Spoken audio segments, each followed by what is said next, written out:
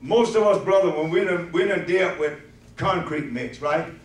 How many deal with, know what it is? You done dealt with concrete mix. Even some of the women. Get your hand up, sis. That's okay. She deal with that concrete mix too. When you go down there and get a bag of concrete mix, what is in it? Talking about mix, what's in it? Lime. Huh? Lime, Sand, gravel, and what? Rocks. Mortar. All it is dry, powdered mortar, mix. What it is a substance. That's all it is, a substance. And what it says, how when you read the bag, it says on the bag to do what? Just add water. When you add water to it, is that hollow on there or is that solid? Is that solid? That's concrete, ain't it? Somebody put it in a mixer, mix all that up, and the substance in it caused it to get hard and firm. So you can build houses on it. You can drive cars on it. You can do whatever you want to do. It's firm. It ain't nothing. And when it breaks, you can still repair it. You can fix it up. But it's hard. It'll set up to where you can do something with it. God is saying to us, you got faith. All you got to do is just add work. All you got to do is add work to your faith. Faith activates the substance. Because faith is the substance of things hoped for, the evidence of things not seen. When you got the faith inside of you, it ain't nothing but a substance. It won't do nothing. But soon as you add some works to it, soon as you get up off of your duffy, off of your stool or do nothing. Can I say that? Can I say that? When you get up off of your stool or do nothing and get out there and start to put some faith, some works to your faith. Works, faith comes alive. Faith comes alive and go get what you asked for. Now let me read the scripture here. And how many, wait a minute, let me ask this question first. How many believe you can get a prayer through? Don't raise your hand too fast now. Don't raise it up too fast because I got something here to say. And you might be sorry you raised it.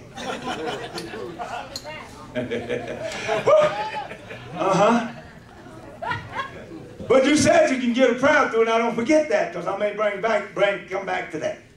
You said you can get a prayer through. Watch this.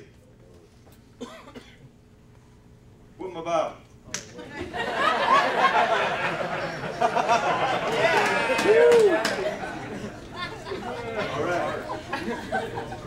All right, I gotta get my specs out of here.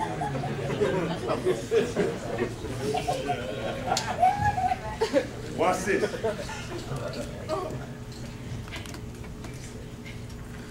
Take your Bible, turn to 1 John. Turn to 1 John chapter 5.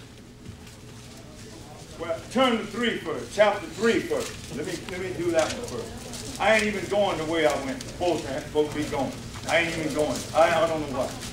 I ain't even talking about it. But that's all right. Is that all right? Yeah. Well, we're still in the book, ain't we? Watch this. Look, it's 1 John chapter 3. We're going to go to 1 John chapter 3. And I want you to get that. I want you to get a load of this. I want you to understand what this is saying. I want you to hear this perfectly.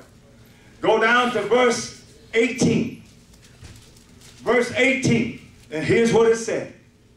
Here's what it said. My little children. How many children do we have here? Wait a minute, hold it. I didn't say adults. I didn't say grown up. I said children. How many children? You old folks back there, children? Y'all children? I'm a child tonight. I'm a child. And I don't always be a child. I'm God's child. Amen. Look what it said. My little children, let us not love in word, neither in tongue, but in deed and in truth.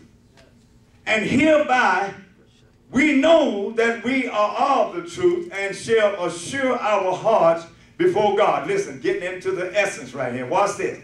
We shall assure our hearts before God, before him. For if our heart condemn us, God is greater than our heart and knoweth all things. Amen. 21. Beloved, if our heart condemn us not. Now here we are. You said you did. You say you can get a prayer through. Here we are. This is how you can get a prayer through, because your heart condemn you not. And at that point, then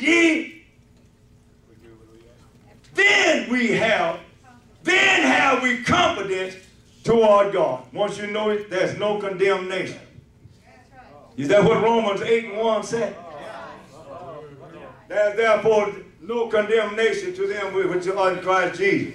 So as long as you got God in you, as long as the Lord inside of you, as long as you got all the sin out, as long as you done quit doing your ways, as long as you done quit all that junk you've been doing, and you done sanctified yourself and put yourself in the hand of the Lord and allow Jesus to come into your heart, at that point, we have confidence in God. Now watch this. Watch this. We have confidence toward God. And whatsoever we ask, we receive of him. Because we keep his commandments and do those things that are pleasing in his sight. And that is the key. That is the key. You're doing those things that are pleasing in his sight. You're keeping his commandments and doing everything pleasing in his sight. That's the key to getting what you want when you ask. That's good. Now let's look at the chapter 5. 1 John chapter 5, verse 14 and 15. I want you to notice now the confidence that we just talked about in the third chapter. Let's see what it says about the confidence over in verse 14, 5 and 14. And this is the confidence that we have in him, that if we ask anything according to his will, what happened? Watch this. He heareth. The word it means continue. He continued to hear you. He continued to hear your prayer. That means you do know how to get a prayer through. That means you are connecting with God. That means you are talking to God. And you know how to get through to God. Now watch this. Now watch verse 15. And if we know, you got to know this, y'all. When you say you can get a prayer through, you got to know it. And you can't go by what the preacher said. Can't go by what nobody said. You can't go by what nobody tell you. You got to know for yourself that you can get a prayer through. Watch this. If we know that he hear us, whatsoever we ask, we know again that we have the petitions that we desired of him. ED, desired, past tense. Past tense. That's what you were praying for last month. That's what you prayed for last year. That's what you prayed for yesterday. That's what you prayed for this morning. And if you believe the word, you have the petition. Now watch this. Let me take you in. Let me throw a curve on you. Let me throw a curve on you. When you know it, you ain't got to ask no 15, 20 times. Y'all didn't hear me, did you? When you know God heard you yesterday, that one prayer, that first prayer, you prayed. If you know he heard you. Ain't that what the book said? If you know that he hear you, then at that point you have the petition that you desired of him. You got it. Now watch this. It doesn't matter whether you got it in your hand, you still got it. Because you got the promise. The promise is there. And since the promise is there, that overrides the fact that you ain't got it in your hand yet. You have not received it yet. When God promised Abraham the land that flowing with milk and honey, God said, I'm going to see to it that you get it. Because I'm going to drive out all of your enemies before you. And you're going to get their land, and you're going to possess their land. And he had it at that point. He had the land. The land was already given to him by promise. Only thing, he didn't have it in his hand yet. But God said, as soon as I give you a son, he's going to come back to this land. And he's going to possess this land right here. And he told him, he said, I want you to walk around the property. Put your feet on it. Put your feet on it. Don't worry about it. Put your feet on it. As soon as you put your feet on it, that's what you got. That's yours. You ain't got to worry about who's going to give it to you. It's already yours. I didn't already give it to you. Now, I ain't going to drive the enemy out yet. Because if God drives the enemy out and don't let him buff us sometimes, we won't live right. Can I say that? If God don't keep us poor, keep us scraping the bottom of the barrel, keep us begging half the time, keep you broke, busted, disgusted, ain't got nothing to eat, ain't got no food in your refrigerator, you don't know what to do, you don't know where your next meal coming from, your body is sick, you don't know how you're going to get well, and all that stuff. All you need to stop. All you need to do is stop and think. All you need to do is set your focus and know who you are in God. Once you get to know who you are in God, take that confidence you got in your God and put it to work. That faith that you said that God will hear your prayer. I tell people, I said, don't tell me you can get a prayer through when you always come and ask me to lay my hands on you all the time. I got news for you. I got news for you. You say you got a prayer through anytime you tell God what your problem is, all you got to do is wait till your change comes, and you don't want to do that. So you come to me so I can pray my heart out. So I can get up out of my bed with my family and go take care of your problem. And then when you get well, you don't want to do nothing to do with me. You get well, you get all that money, get your needs met, and then you pass by me on the street. You won't look at me. You just keep on like you don't even know I'm there. What's up with that? What's up with that? I mean, you didn't know, brother, don't you remember me? Don't you remember when I gave you something to help you out a little bit? You don't remember that? You're Brother Lamb. How we gonna do that? How we gonna do that? Somebody done help you out. That's the reason why God has to keep you poor. Keep you scraping the bottom of the barrel. Keep you hungry.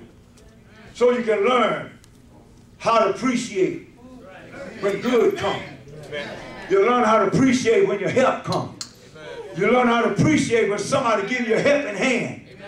You learn how to appreciate when God stepped down from glory and supply your need according to his riches and glory. We'll learn how to accept and learn how to appreciate.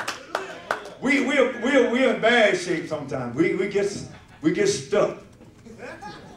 Get stuck right there in our little old world. Am I doing all right, Pastor? I think it's my time to come to an end. But I want you to know this one thing. If you have faith in God, just one mustard seed, you ain't got to have a bucket full. Can I say bucket? Yeah. Nobody don't know what a bucket is, do you? You don't have to have a bucket full. Just have one mustard seed. And that mustard seed, all you got to do is add some works with it. Get up and do something. Get up and do something. And I ain't gonna go back and tell you the whole story about my house before God gave me my house. I ain't gonna tell you that. I wish I had the time. I'd tell it to you. So some of you really need faith. And some of you been struggling. And I got a message on that too in that book. Why do church folks struggle so much? One reason why we struggle so much, because you ain't got the faith. You ain't putting no works to your faith. You're just sitting around worrying yourself to death. Worrying yourself sick. And all you got to do is go in the book and and see what Jesus said. Look at the lilies out there in the field. How they growing. They don't sow and they don't spin. They don't do none of that. They don't plant no seeds. They don't get up and put no water on nothing. But they're sitting out there showing looking good. And the Lord said, even Solomon in all his glory ain't looking good as one of these flowers out here in this field, but we ain't even watering and we ain't doing nothing to it. The man upstairs, y'all, is working it out. Amen. The man upstairs is working it out. Amen. And he said, if you will just have faith in me, just trust me.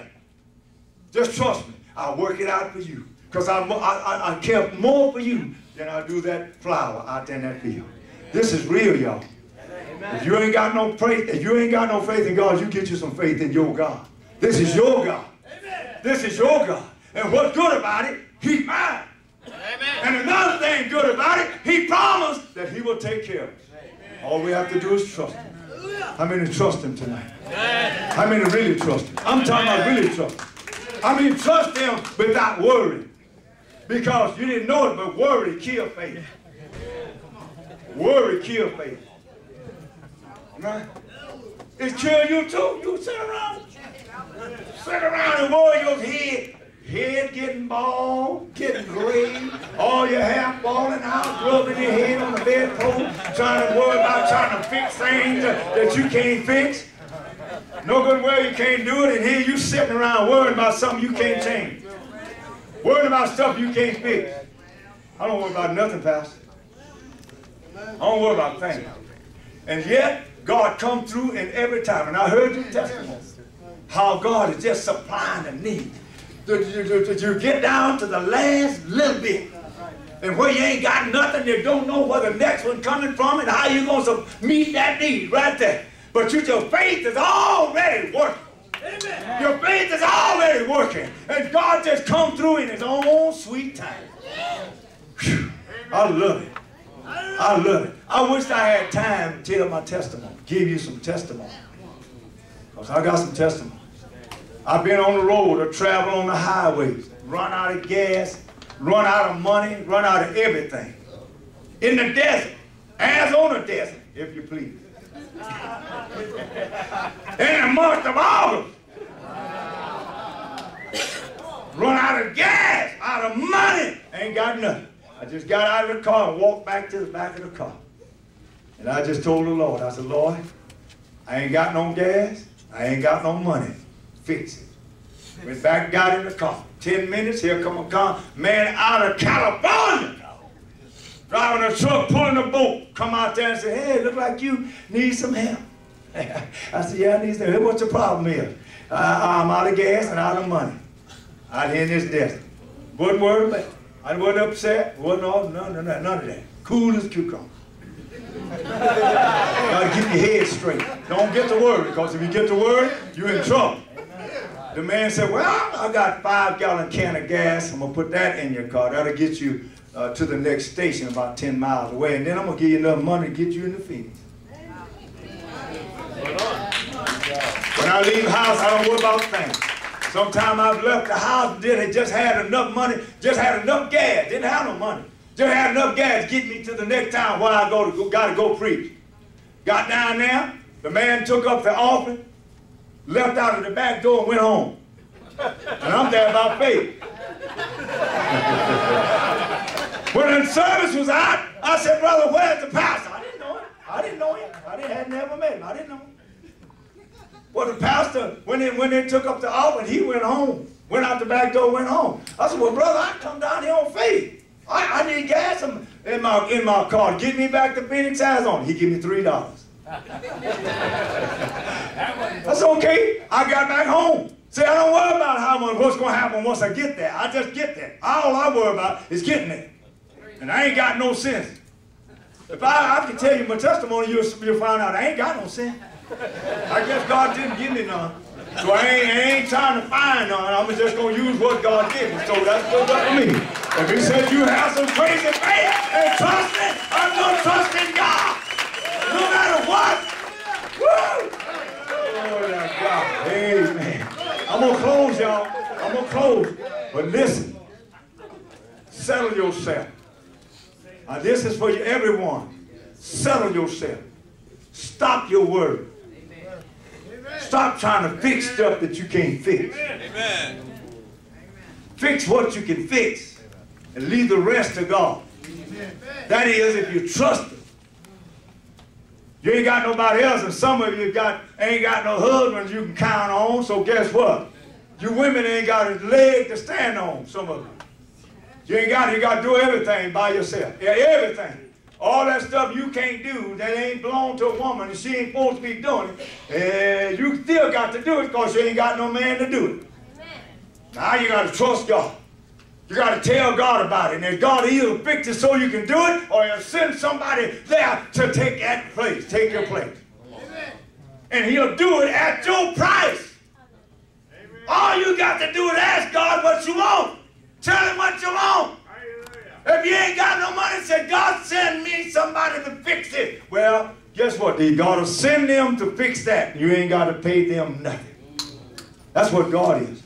And that's why we're members one of another. God is set up.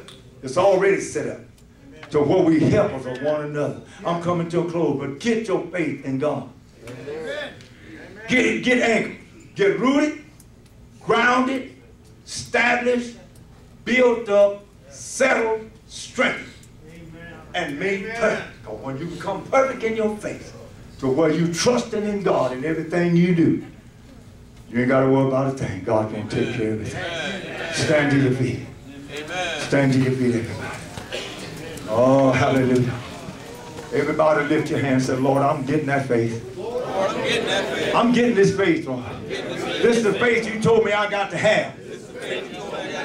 And I'm getting this faith. And I'm going to walk in faith. Because you told me in your word to walk in faith. And I'm going to walk in faith.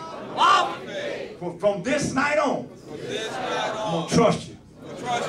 You know I haven't been trusting you, Lord. I've been worrying too much. From this night on, I ain't worrying no more. I'm going to put it in your hand. And you're going to work it out. Just because you said it. And I believe it. And it's done. In Jesus' name. Hallelujah. Give God a praise.